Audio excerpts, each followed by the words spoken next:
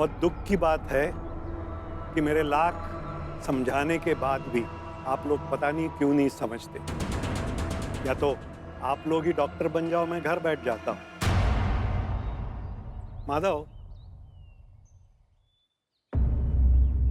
कई साल कोशिश के बाद तुम्हें बच्चा नहीं हो रहा था, सही बात है? हाँ सही बात है। इतने सालों बाद बच्चा होने वाला था तो माधव ने खुश होकर अपनी पत्नी को विटामिन और ताकत की गोलियां खिलाना शुरू कर दिया। हमारे यहाँ कहावत है, नीम हकीम खतराए जान। वही हुआ। माधव ने बेवकूफी में विटामिन ए की गोली खिलाई जो गर्भ में बच्चे के लिए जहर की तरह होती है। पूछताछ के दौरान जब डॉक्टर मनोज को इस बात का पता चला तो उसने माधव और उसकी पत्नी को समझाया कि इस हालत में विटामिन ए की गोली खाने से बच्चा विकलांग पैदा हो सकता है।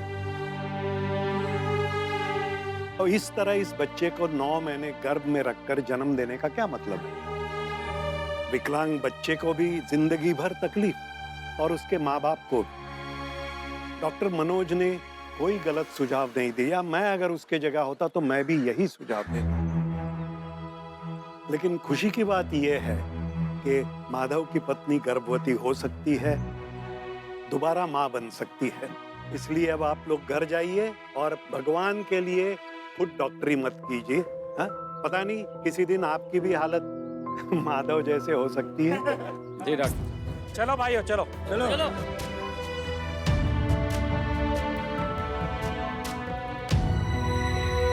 देखा, कभी कभी पेशेंट से ज्यादा रिश्तेदारों का इलाज करना पड़ता है। जी ना। देखो, टैक्स फ्रंट पे तो मैं संभाल लूंगा। कौन से एरिया में कितने टैक्स बेनिफिट मिलेंगे वो सब मैंने आइडेंटिफाई कर लिया। टैक्स बेनिफिट्स अपनी जगह हैं, पर हमें एनजीओ फंडिंग पर फोकस करना चाहिए। NGO funding? हम public health care scheme run करेंगे। For example, cataract operation, blood donation camp, maternity health care. और जो फंडिंग मिलेगी उससे पेशेंट्स का ही तो फायदा होगा ना। तुम्हारा कॉस्ट कम होगा तो उनका बर्डन ऑफ कॉस्ट भी तो कम होगा। बिल्कुल सही। इसके अलावा हमें मल्टी स्पेशल केयर स्कीम के अंडर कुछ विजिटिंग डॉक्टर्स हायर करने होंगे।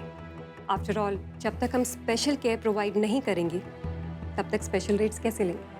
हाँ, तो हमारे पास डाइटिशियंस, फिजियोज और साइकियाट्रिस्ट हैं विजिटिंग पर। करेक्ट, लेकिन हमें नंबर्स बढ़ाने होंगे। सिर्फ 3-4 से काम नहीं चलेगा। सो मैंने अपनी वेबसाइट पर ऐड डाल दिया, calling for doctors. Next week कुछ डॉक्टर से मिल रही हूँ। Oh, that's great. अच्छा, तो मैं चलता हूँ, मेरी चार्टर्ड अकाउंटिंग की कॉन्फ्रेंस है। ओके, चलो बाय। बाय।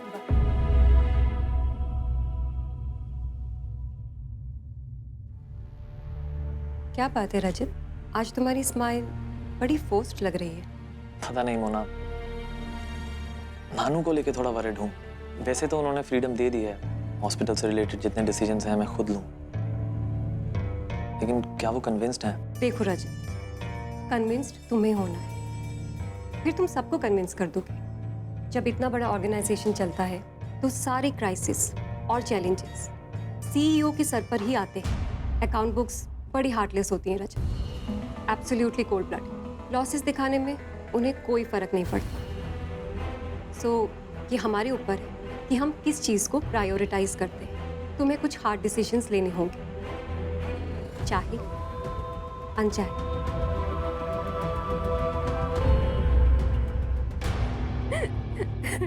कोई तो इसे बचा लो, मेरे बच्चे को बचा लो। कोई मेरे बच्चे को बचा लो। क्या हुआ इसे? मैं भी एक डॉक्टर हूँ, रोशनी। डॉक्टर सिंह मेरे नाना है। जी, हमारा बच्चा सोनू है, इसके हाथ में छेद है। मतलब यहाँ इसका इलाज चल रहा है? काय का इलाज चल रहा है? सारे डॉक्टर बोल रहे हैं अभी इसका कुछ नहीं हो सकता है। चुप रहो ना, डॉक्टर जी के सामने क्या बोली जा रही हो? नहीं नहीं, बताइए आप मुझे, क्या हुआ? क्या कहें मैडम जी, ये हमारा बेटा है ना, इसके हाथ में छेद है।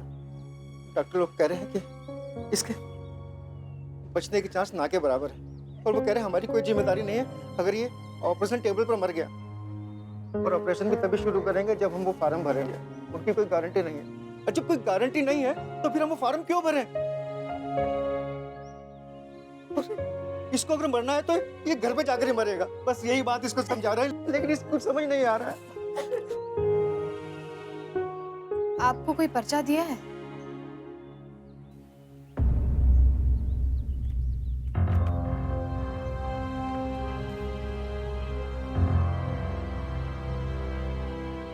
आप यहीं रुकिए, मैं अभी आई।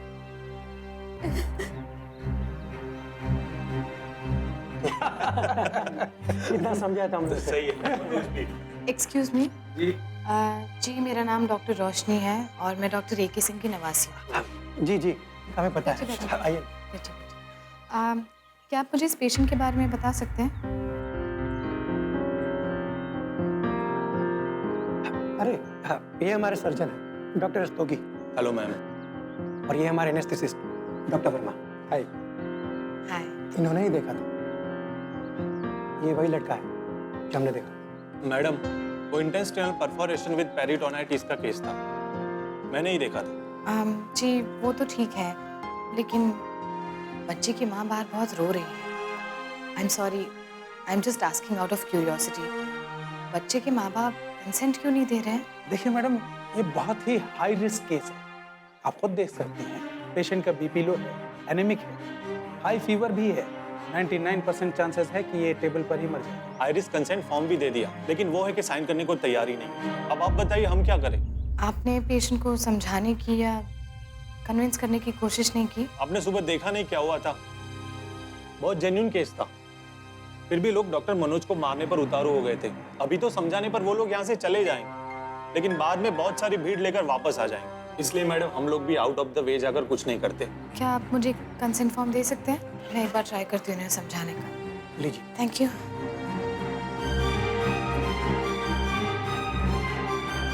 देखिए, डॉक्टर सही कह रहे हैं कि ऑपरेशन में खतरा है और उसकी जान भी जा सकती है ऑपरेशन टेबल पर, लेकिन नहीं, अब इसे ऑपरेशन टेबल पर नहीं मरने देंगे।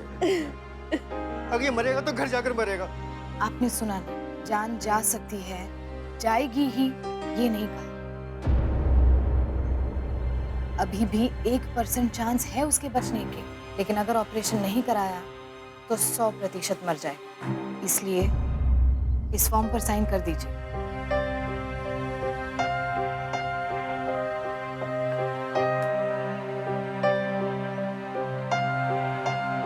भगवान ने चाहा तो आपका बच्चा जरूर बच जाएगा। बहुत बहुत मेहरबानी।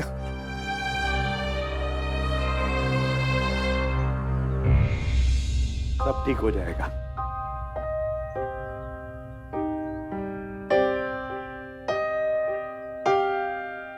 सर आप बिजी हैं? अरे नहीं, आइए। Thank you sir.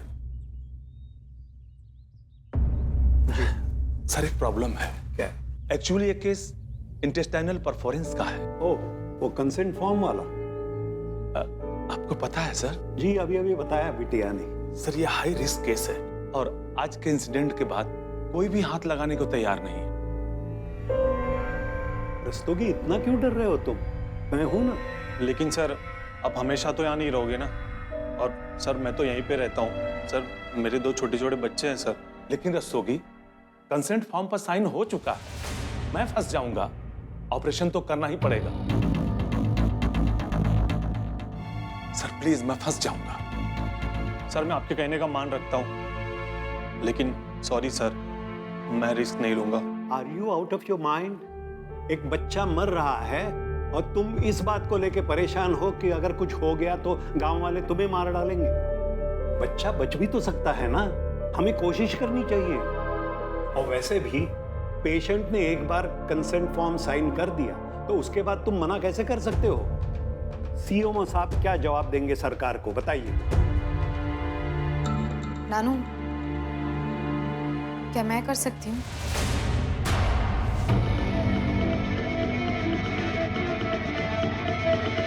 How can you?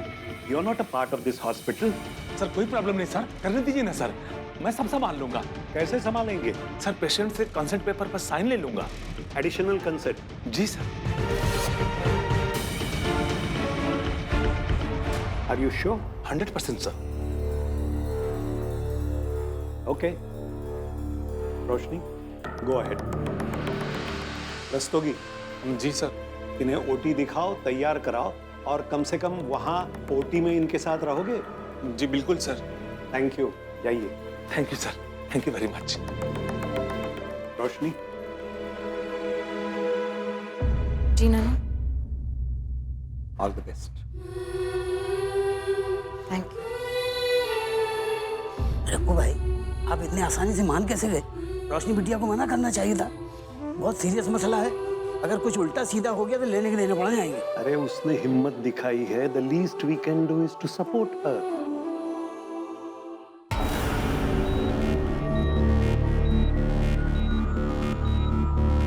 शुरू करें? स्कैल्पल।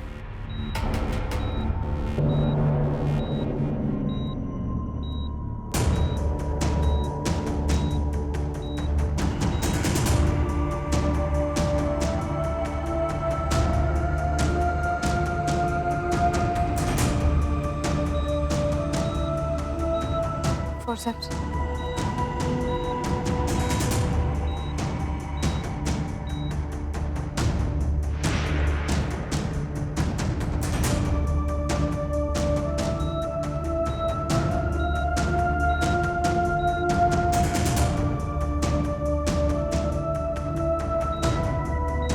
मसल काफी टाइट है, रिलैक्स कीजिए। Okay doctor.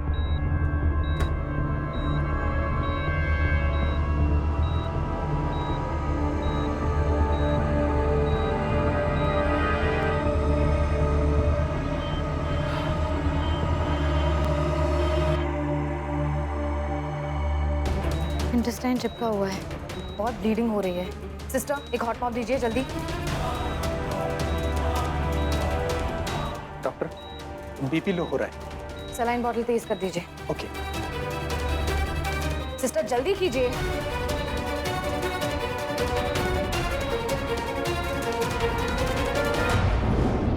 शिट। ओह गॉड, ये लाइट को क्या हो गया? मैडम लगता है लोड शेडिंग हुआ है।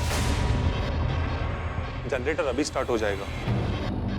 इमरजेंसी लाइट ऑन करो जल्दी। Sister get me a torch, fast.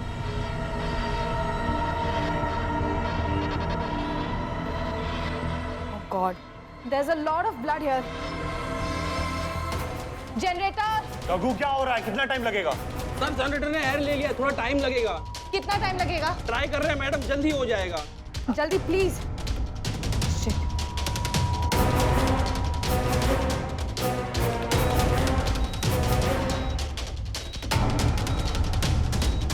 Madam BP drop कर रहा है, 80 तक पहुंच गया है। गॉड, सलाइन की दूसरी बोतल लगा दीजिए।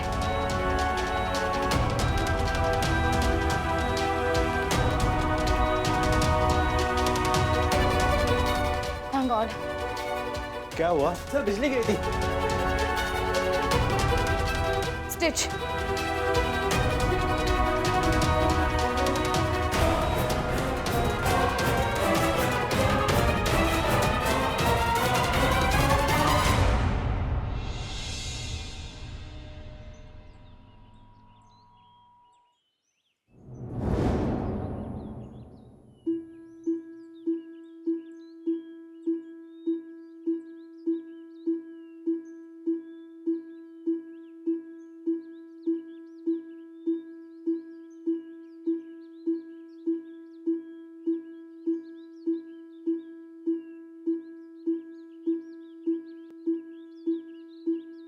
ऊपर वाले ने सुन लिया आपकी।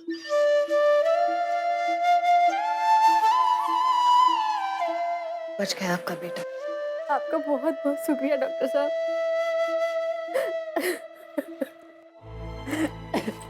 डॉक्टर साहब, आपका बहुत बड़ा मेहरबानी है। डॉक्टर साहब, आप भगवान हैं, हमारे लिए भगवान।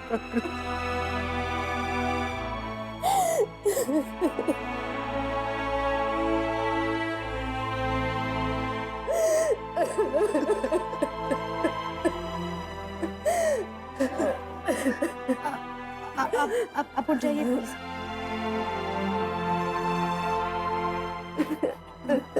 आपका एहसान मैं कभी नहीं भूलूंगी।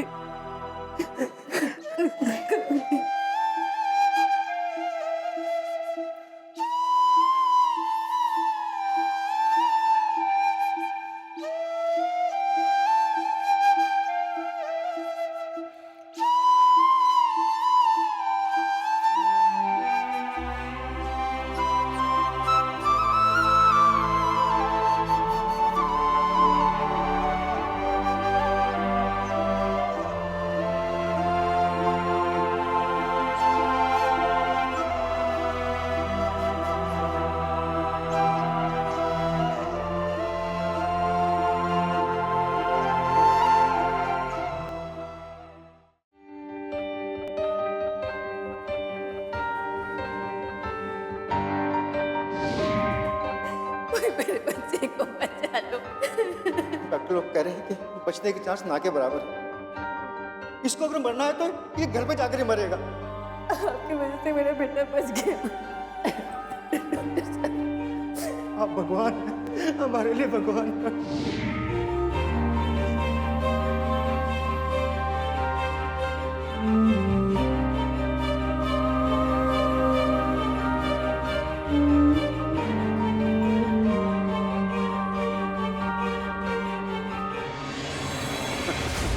देखो शुक्ला, किस्मत खुलने वाली है तुम्हारी। हाँ?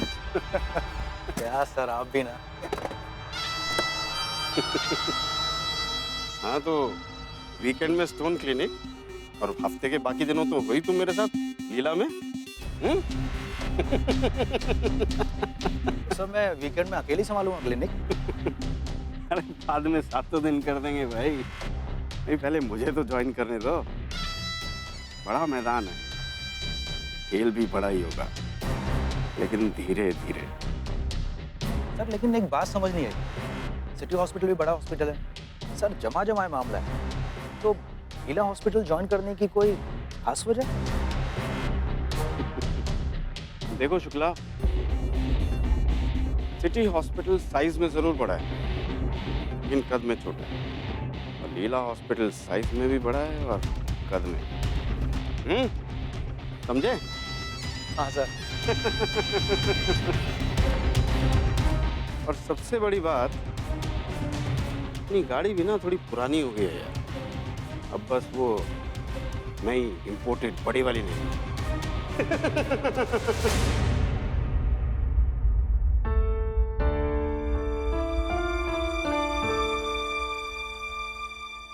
भाई वाह एके, लगता है विश्वनाथन आनंद से कोचिंग ले रहे हो। सिद्दीकी, तुम्हें हराने के लिए कोचिंग की क्या जरूरत है? अरे आप तो मेरे साथ खेल खेल कर नई नई चालें सीख गए। वैसे शतरंज की चाल सीखने के लिए तुम्हारा नवासा भी बुरा नहीं है। नवासा मेरा ही तो है। बेशक, पर खेलने का स्टाइल अलग है। स्टाइल से क्या फर्क पड़ता है? आखिर बात होती है शह की और मात की। वो तो है, पर जो चाल उसने चली है उससे ये अंदाजा लगाना मुश्किल है कि शह किसकी है और मात किसकी। अच्छा, ऐसी कौन सी चाल चली है रजत ने? डॉक्टर मल्होत्रा को हायर किया जा रहा है तुम्हारे हॉस्पिटल में। तुम्हें जलन तो नहीं हो रही? हाँ? अच्छा मजाक कर लेते हो। लगता है तुम्हें कोई फर्क नहीं पड़ता है। पता है सिद्दीकी, तुम मुझसे क्यों हारते हो? क्यों? क्योंकि हमेशा तुम मेरी चाल देख के फिर अपनी चाल सोचते हो, जबकि किसी भी खेल में अपनी चाल सबसे इंपॉर्टेंट होती है। अगर तुम्हारी चाल सही है तो दूसरे को अपनी चाल तुम्हारे हिसाब से चलनी पड़ेगी। खेल का कंट्रोल तुम्हारे हाथ में रहता है यार। क्यों बद्री? अरे वाह, ये तो मैंने कभी सोचा ही नहीं। तो ये लो शह और मात।